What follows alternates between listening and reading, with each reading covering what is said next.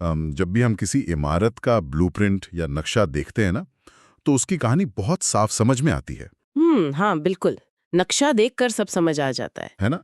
मतलब यहाँ मुख्य दरवाज़ा होगा, यहाँ से सीढ़ियाँ ऊपर जाएंगी और इस जगह पर एक मजबूत खंभा होगा जो शायद जो पूरी छत का भार संभालेगा। सही बात है। कोई भी सामान्य नक्शा देखकर ये समझ सकता है कि उस ढांचे को आखिर खड़ा कैसे किया गया है।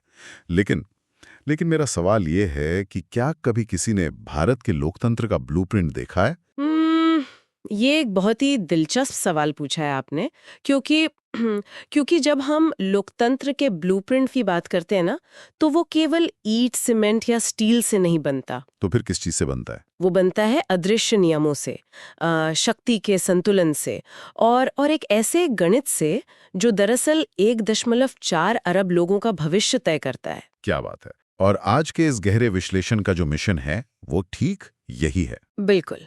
आज हम उसी अदृश्य गणित और वास्तुकला को डिकोड करने वाले हैं, जिस पर भारत की संसद टिकी हुई है। हम उस ऐतिहासिक सफर पर भी चलेंगे, जहां 100 साल पुरानी गोलाकार इमारत से निकलकर हमारा लोकतंत्र एक नए त्रिभुजाकार ढांचे में प्रवेश करता है।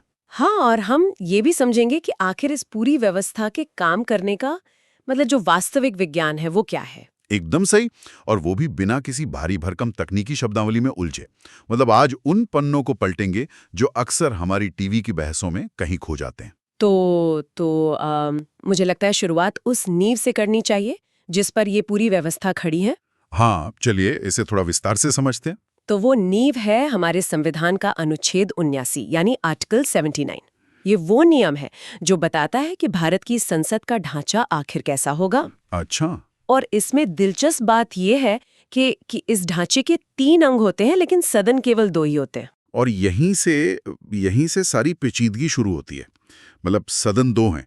अनुच्छेद 80 के तहत राज्यसभा, जिसे हम उच्च सदन या अपर हाउस कहते हैं। हाँ बिल्कुल। और अनुच्छेद 81 के तहत लोकसभा, जिसे निम्न सदन या हाउस ऑफ पीपल कहा जाता है। लेकिन अनुच्छेद 52 के तहत राष्ट्रपति को भी संसद का एक अभिन्न अंग माना गया है। जी एकदम सही कहा। मैं अक्सर इस पूरे ढांचे की तुलना एक तिपैया साइकिल यानी ट्राई साइकिल से करता हूँ। अच्छा, एक ट्राई साइकिल। हाँ, मतलब मान लीजिए कि लोकसभा और राज्यसभा उस साइकिल के पीछे वाले दो भारी पहिए हैं, जो गाड़ी का पूरा भार उठाते हैं, सारा काम करते हैं। सही है। लेकिन राष्ट्रपति वो आगे वाला फ्रंट व्हील है, जो पूरी गाड़ी को दिशा देता है।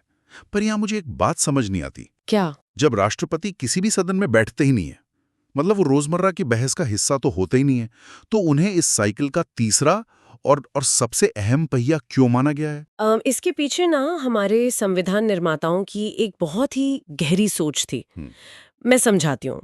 इसे शक्ति संतुलन यानी चेक्स एंड बैलेंस के रूप में देखना चाहिए। चेक्स एंड बैलेंस, थोड़ा आसान भाषा में? देखिए, कल्पना कीजिए कि लोकसभा और राज्यसभा में किसी सरकार के पास प्रचंड बहुमत है ना? हाँ। ऐसा तो होता है। तो वे रातों रात कोई भी कानून पारित कर सकते हैं।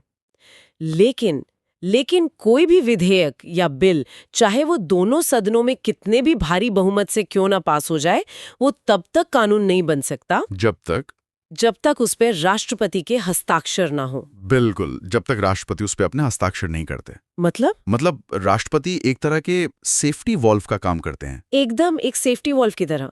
दोनों सदन जो है ना, वो जनता और राज्यों की तात्कालिक इच्छाओं का प्रतिनिधित्व करते हैं। तभी वो वीटो भी कर सकते हैं शायद। हाँ बिल्कुल, उनके पास वीटो की शक्ति होती है। वे पुनर्विचार के लिए किसी भी बिल को वापस भेज सकते हैं। इसलिए सदन के बाहर रहते हुए भी वे संसद के ढांचे के मतलब सबसे शक्तिशाली प्रहरी हैं। कमाल की व्यवस्था है। खैर, ये तो बात हो गई उस मशीन के बाहरी ढांचे की। अब जरा इंजन के अंदर झांकते हैं। चलिए। निचला सदन यानी हमारी लोकसभा, वो जगह जहां असल में देश की धड़कन महसूस होती है। अब चुनाव लड़ने के लिए 25 साल की न्यूनतम उम्र और 5 साल का कार्यकाल, ये तो बहुत बुनियादी बातें हैं, सब जानते हैं। हाँ, ये तो सबको पता ही होता है। लेकिन जो चुनाव प्रणाली है, जिसे सर्वाधिक वोट वाला विजेता या first pass the post system कहते हैं, ये अपने आप में बड़ा रोचक है। बिल्कुल। आसान शब्दों में कहूं तो जिसे सबसे ज्यादा वोट मिले वही सिकंदर, चाहे बाकी के सारे वोट आपस में ही क्यों ना बट गए हों। हाँ, और ये प्रणाली इसलिए चुनी गई क्योंकि ये बहुत सरल है और एक स्थिर सरकार देने में बहुत मदद करती है। लेकिन इससे भी ज्यादा दिलचस्प है इस सदन में बैठने वाले लोगों का पूरा गणित। गणित मतलब सीटों की संख्या। जी, लोकसभा की जो मूल अधिकतम क्षमता तय की गई थी ना, वो 552 थी। 552। हाँ, लेकिन अगर आज कोई सदन की गिनती करे तो ये क्षमता 550 हो गई है। रुकिए, 550? 2 सीटें कहाँ गईं? वही मैं बताती हूँ।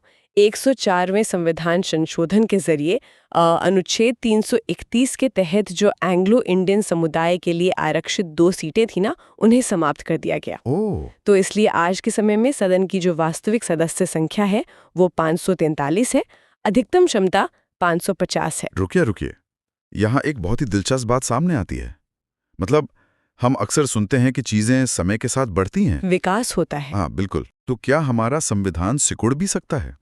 मेरा मतलब है सीटों को बढ़ाने की बजाय किसी एक पूरे समुदाय के प्रतिनिधित्व को हमेशा के लिए समाप्त कर देना, ये क्या दर्शाता है?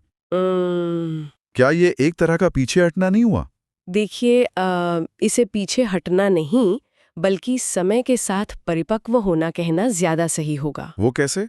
क्योंकि हमारा संविधान कोई पत्थर की लकीर नहीं है कि मतलब एक बार लिख दिया गया तो उसे कभी बदला ही नहीं जा सकता। ये एक जीवित दस्तावेज है, एक लिविंग डॉक्यूमेंट है। Living document. हाँ, जब भारत आजाद हुआ था ना, तब एंग्लो इंडियन समुदाय की संख्या काफी कम थी और वे पूरे देश में बिखरे हुए थे। अच्छा, तो उनका कोई एक वोट बैंक नहीं था? बिल्कुल नहीं। उनके लिए कोई भी चुनाव जीतकर संसद में आना लगभग असंभव था। इसलिए उन्हें आवाज देने के लिए ये आरक्षण दिया गया था। तो क्या 70 साल बाद अचानक वो जरूरत ही खत्म हो गई? 104वें संशोधन के पीछे का जो मुख्य तर्क था वो यही था कि अब इस समुदाय का काफी हद तक समाज में एकीकरण हो चुका है, जनसांख्यिकी पूरी तरह से बदल चुकी है। अच्छा, समझ गया। तो ये कदम ये दिखाता है कि लोकतंत्र में आरक्षण कोई अनंत काल तक चलने वाला विशेषाधिकार नहीं है, बल्कि ये एक विशिष्ट समय की आवश्यकता है। और जब वो आवश्यकता पूरी हो जाए तो व्यवस्था खुद को नया आकार दे सकती है।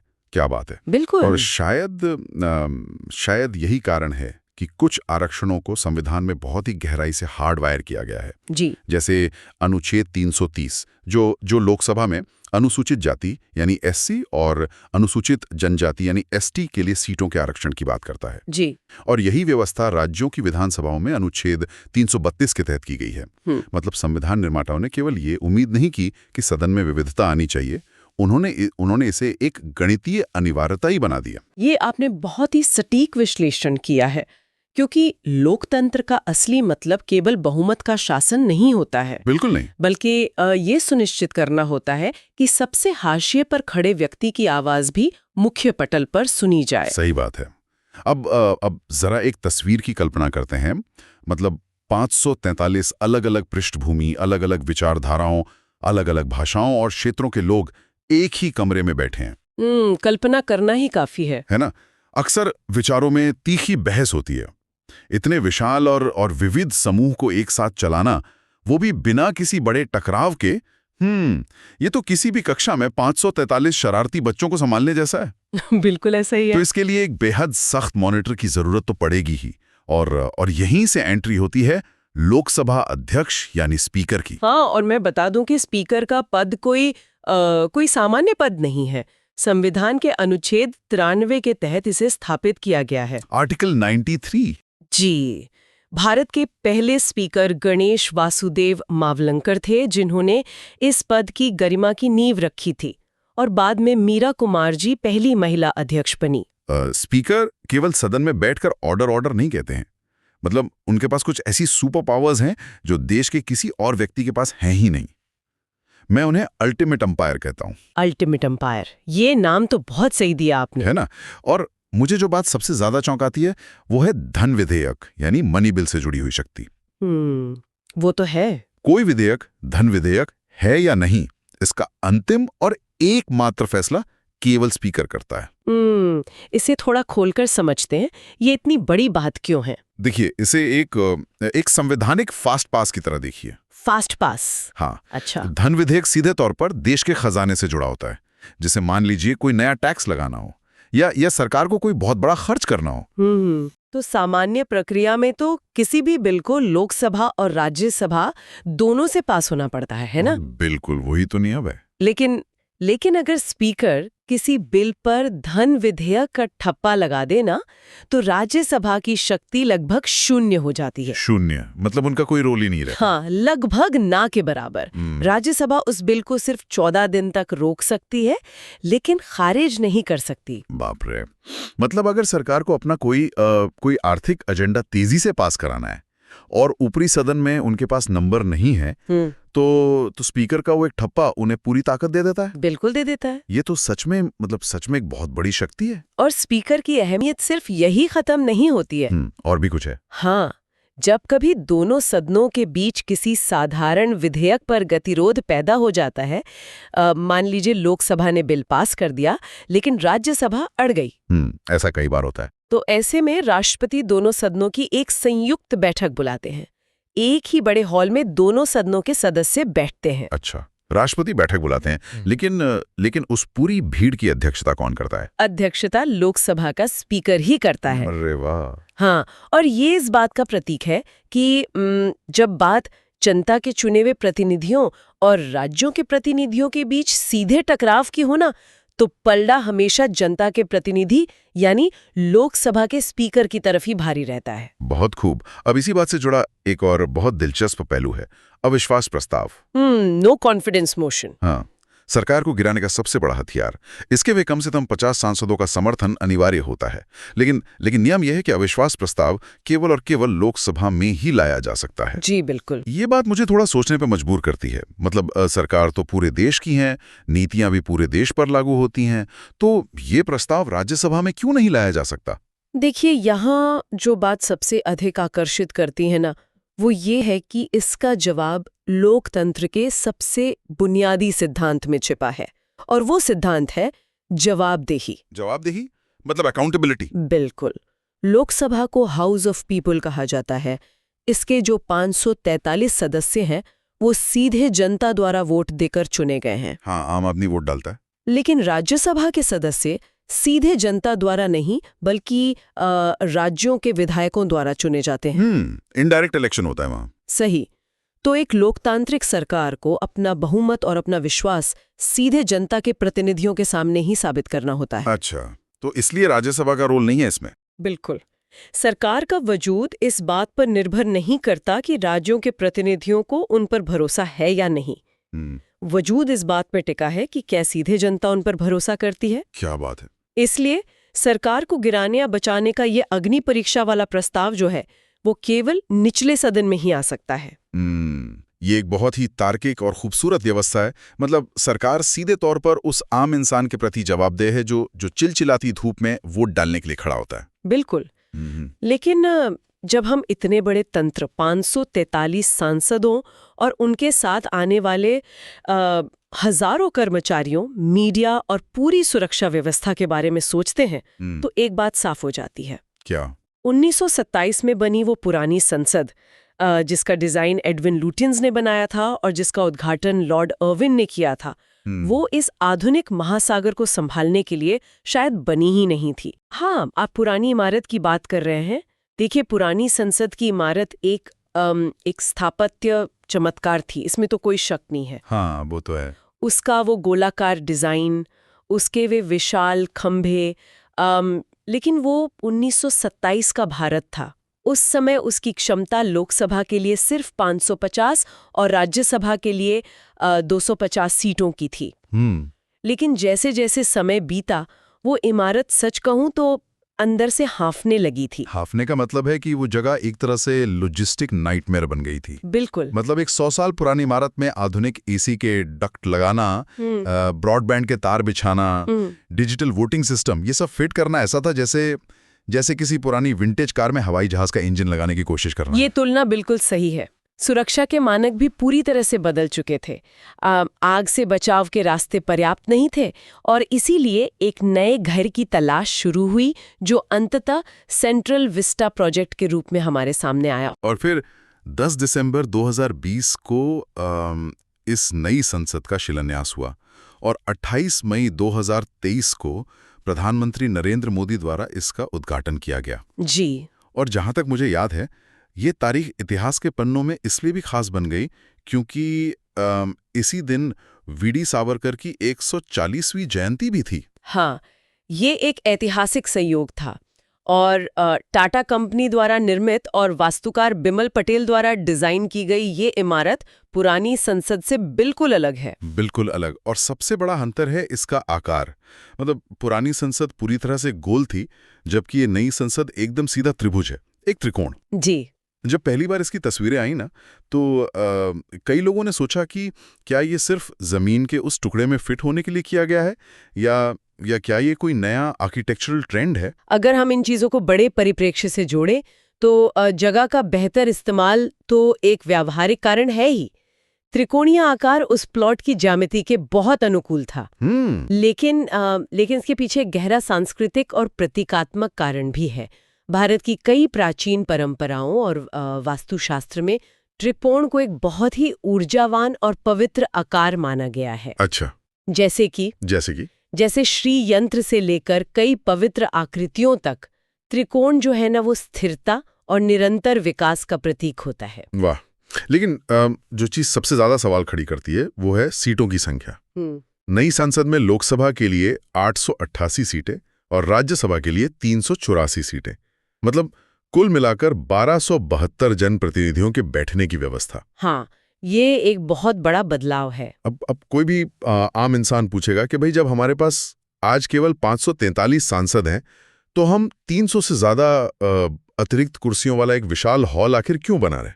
क्या ये सिर्फ पैसे और जगह की बर्बादी नहीं है? देखिए, ये बर्बादी बिल्कुल नहीं है, बल्कि ये एक बहुत ही जरूरी फ्यूचर प्रूफिंग यानी भविष्य की तैयारी है। भविष्य की तैयारी वो कैसे, इसे समझना बहुत जरूरी है। और वो है परिसीमन यानी डिलिमिटेशन। वर्तमान में जो 543 सीटें हम देखते हैं ना, वे दरअसल 1971 की जनगणना के आधार पर तय की गई थी। रुकिए 1971? हाँ, मतलब 50 साल से भी ज्यादा पुरानी आबादी के आंकड़ों पर हमारा आज का लोकतंत्र चल रहा है। ऐसा क्यों? क्योंकि उस समय एक बड़ी समस्या सामने आई थी। दक्षिण भारत के राज्यों ने ना जनसंख्या नियंत्रण के कार्यक्रमों को बहुत अच्छे से लागू किया था। ये तो अच्छी बात है। हाँ, लेकिन उत्तर भारत के राज्यों में आबादी तेजी से बढ़ रही थी। तो अगर सीटों का बंटवारा हर नई जनगणना के आधार पर होता, तो सोचिए क्या होता। दक्षिण के राज्यों को संसद में अपनी सीटें गंवानी पड़ती, और वो भी सिर्फ इसलिए क्योंकि उन्होंने देश की नीति का पालन किया था और अपनी आबादी कंट्रोल की थी। अरे बाप रे, ये तो अच्छे काम के लिए सजा देने वाली बात हो जाती। बिल्कुल। इसलिए संतुलन बनाए रखने के लिए सीटों की संख्या को 1971 के स्तर पर ही फ्रीज कर दिया गया। ये तो बहुत ही शानदार रणनीति थी उस वक्त के हिसाब से। लेकिन वो फ्रीज हमेशा के लिए तो नहीं रह सकता ना? बिल्कुल नहीं। और वो फ्रीज 2026 के बाद हटने वाला है। अच्छा। हाँ, तो जब ये हटेगा और नई जनगणना के आधार पर परिसीमन होगा, तो आप खुद सोचिए, 1.4 अरब से ज्यादा की आबादी का प्रतिनिधित्व करने के लिए सांसदों की संख्या में कितना भारी उछाल आएगा। अब समझ में आया। तब तो वो 100 साल पुरानी इमारत किसी काम नहीं आती। एकदम सही।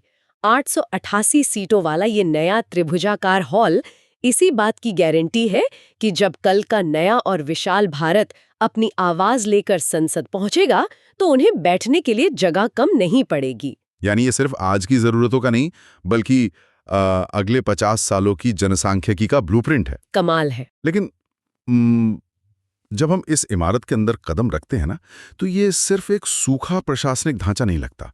मतलब इसके अंदर की वास्तुकला भारत के प्रतीकों से बात करती है। जैसे लोकसभा को राष्ट्रीय पक्षी मोर की थीम पर सजाया गया है और राज्यसभा को राष्ट्रीय फूल कमल की थीम पर। हाँ, और इन दोनों सदनों के बीच जो केंद्रीय प्रांगण है, वहाँ राष्ट्रीय वृक्ष बरगद को स्थापित किया गया है। ये पूरा का पूरा डिजाइन भारत की प्रकृति और हमारी जड़ों को, मतलब राजनीति के एकदम केंद्र में लाता है। बहुत ही सुंदर विचार है ये।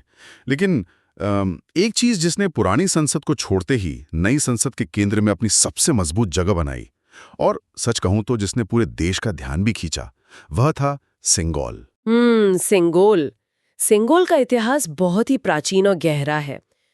ये तमिल भाषा के शब्द सेम्मई से निकला है और ये धर्म, सत्य और निष्पक्षता का प्रतीक है। इसका सीधा संबंध चोल साम्राज्य से है, जहां इसे सत्ता हस्तांतरण के समय नए राजा को सौंपा जाता था। मैं बताऊं, मैं पहले सेंगोल के बारे में सोचता था तो मुझे लगता था कि ये किसी रिले रेस के बैटन जैसा है। रिले रेस का बैटन? हाँ, मतलब जैसे एक शासक ने अपना समय पूरा किया और उसने दौड़ते हुए बैटन दूसरे को पकड़ा दिया। लेकिन जब इसके डिजाइन को मैंने ध्यान से देखा तो समझ आया कि ये सिर्फ एक छड़ी या बैटन नहीं है। बिल्कुल नहीं। रिले रेस का बैटन तो सिर्फ गति और निरंतरता दिखाता है, लेकिन सेंगोल का मतलब सिर्फ सत्ता का आगे बढ़ना नहीं है।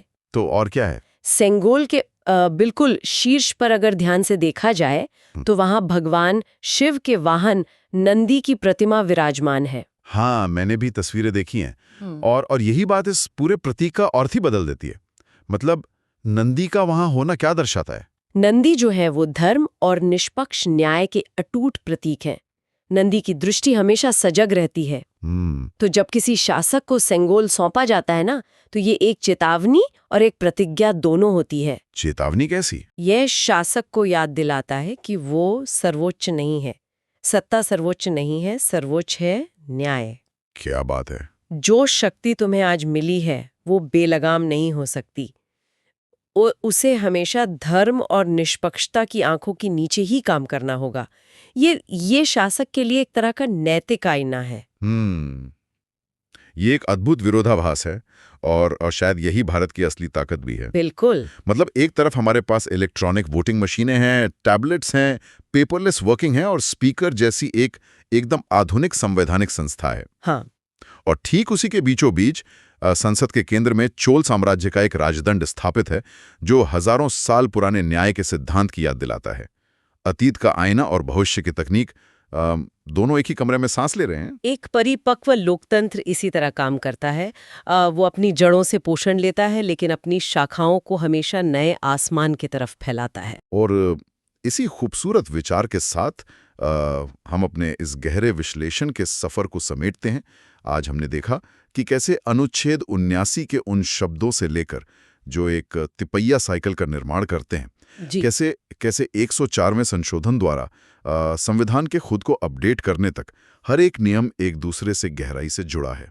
जी। हमने ये भी समझा कि स्पीकर के हाथ में धन विधेयक की सुपर पावर कैसे काम करती है और कैसे 1971 के परिसीमन के इतिहास ने 2023 की एक त्रिभुजाकार इमारत में 888 सीटों को जन्म दिया। तो कह सकते हैं कि ये पूरा ढांचा एक ऐसा इकोसिस्टम है जहां कानून, इतिहास और वास्तुकला तीनों एक साथ बात करते हैं। बिल्कुल। और इस चर्चा के बाद मुझे यकीन है कि जब भी कोई टीवी स्क्रीन पर संसद की कार्यवाही देखेगा या उस नई त्रिभुजाकार इमारत की झलक खबरों में आएगी, तो वो सिर्फ ईंट और कांच का एक ढांचा नहीं लगेगा। हाँ, बिल्कुल नहीं। लोगों को उस इमारत के पीछे का वो पूरा विज्ञान और वो अदृश्य गणित दिखाई देगा जो हमारे लोकतंत्र को हर दिन चला रहा है। एकदम सही कहा आपने। और इस पूरी वास्तुकला और व्यवस्था में एक बहुत ही शांत लेकिन बेहद शक्तिशाली बात भी छिपी है। अच्छा, वो क्या?